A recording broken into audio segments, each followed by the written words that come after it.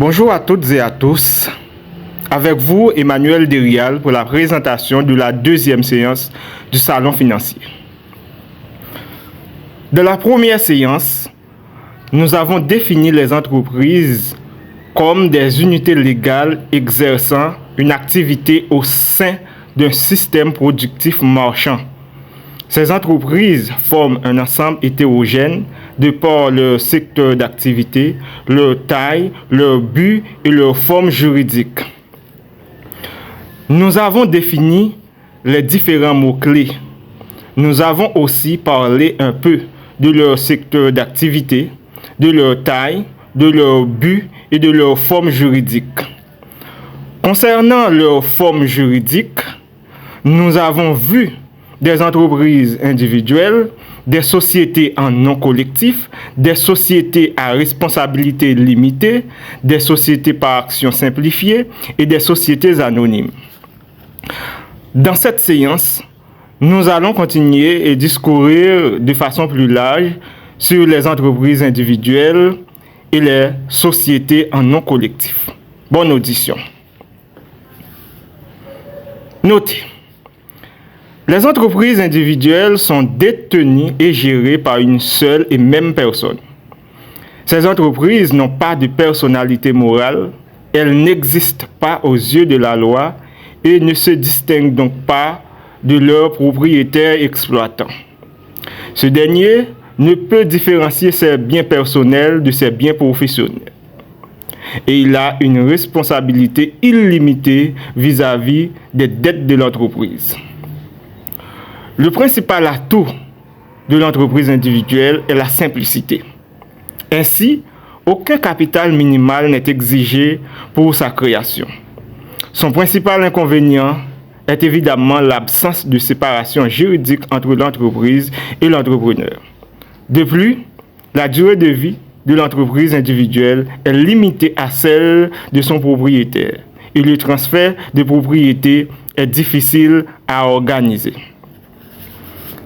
Cette forme juridique est généralement celle de très petites entreprises, avec peu ou pas de salariés. Les commerçants, les artisans, les professions libérales ou les exploitants agricoles optent souvent pour ce statut. La majorité des entreprises haïtiennes sont des entreprises individuelles. Maintenant, passons aux mots ou phrases pivots. Personnalité morale. La personnalité morale est créée en même temps que l'entreprise. Considérée comme une identité indépendante, elle dispose des mêmes droits et obligations qu'une personne physique. Les personnes morales constituent alors une société dont l'existence se dissocie des personnes qui la composent. Les personnes physiques paient leurs impôts, les personnes morales paient aussi leurs impôts. Ce n'est pas le cas pour les entreprises individuelles. Sa simplicité.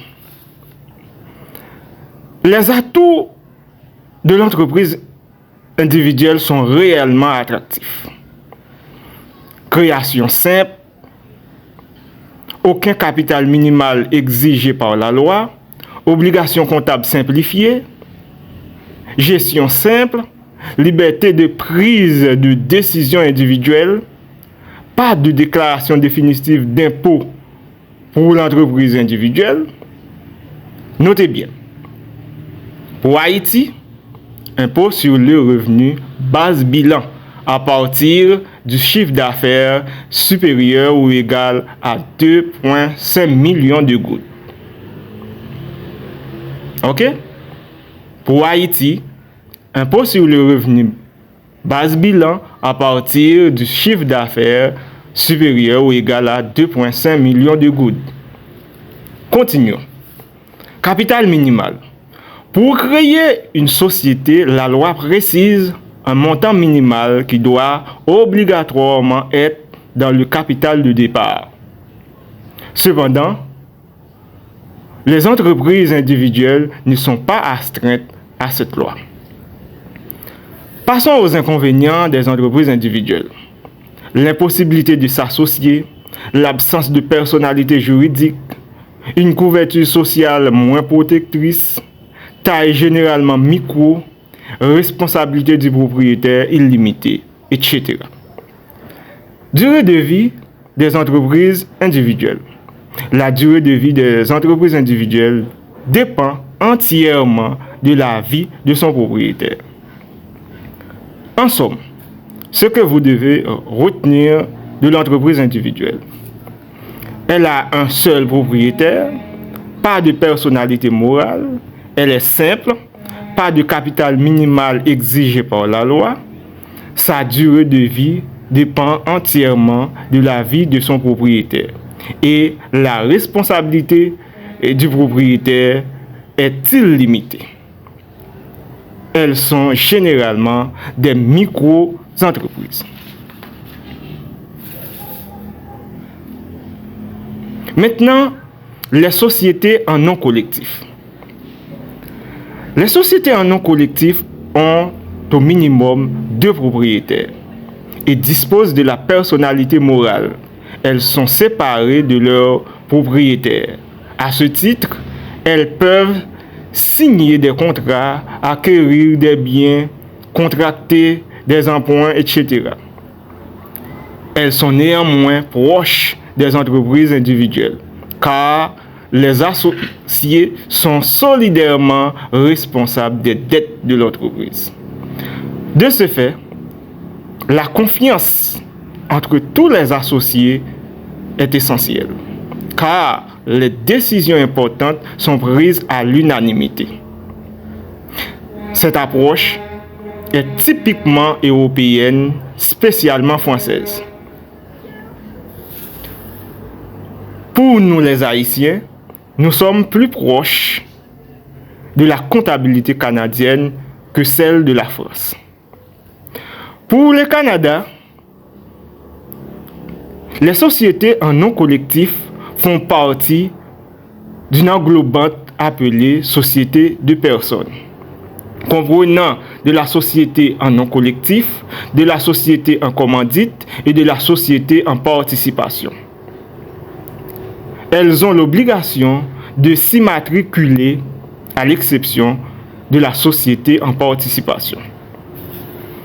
Définition de la société de personnes. La société de personnes peut se définir comme une entreprise régie par une convention selon laquelle plusieurs personnes conviennent de mettre en commun des biens, leurs crédits ou leur industrie en vue de partager les bénéfices qui pourront en résulter. Maintenant, type de société de personnes. Il y en a 3. 1. La société en non collectif. 2. La société en commandite. 3. La société en participation. Mais en matière de responsabilité, la loi canadienne reconnaît maintenant 2 types de sociétés de personnes. Les sociétés de personnes dites de type général à responsabilité illimitée et les sociétés de personnes à responsabilité limitée. Ici, nous traitons de la société de personnes dite type général à responsabilité illimitée. Des contenus, la société en non collectif. Allons-nous-en. Une société en non collectif est une association volontaire.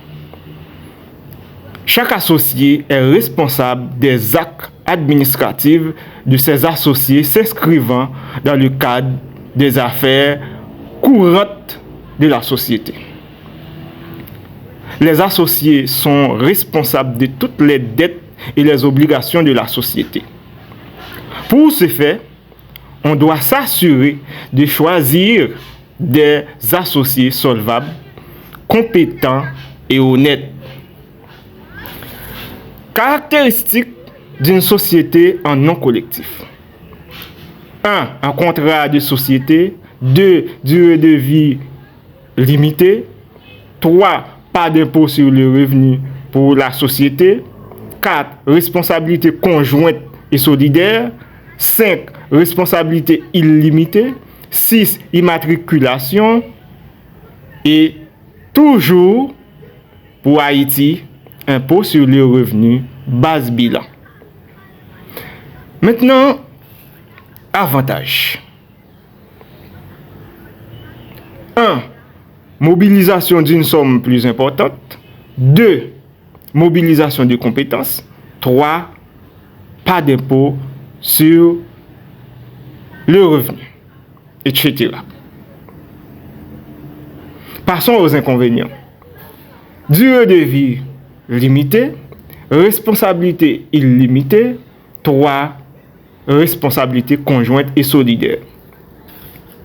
Bref, les caractéristiques de la société en non collectif ne sont pas uniques pour tous les pays du monde, puisque chaque pays a ses propres lois. Donc, vous ne pouvez pas avoir un résumé unique. Exemple,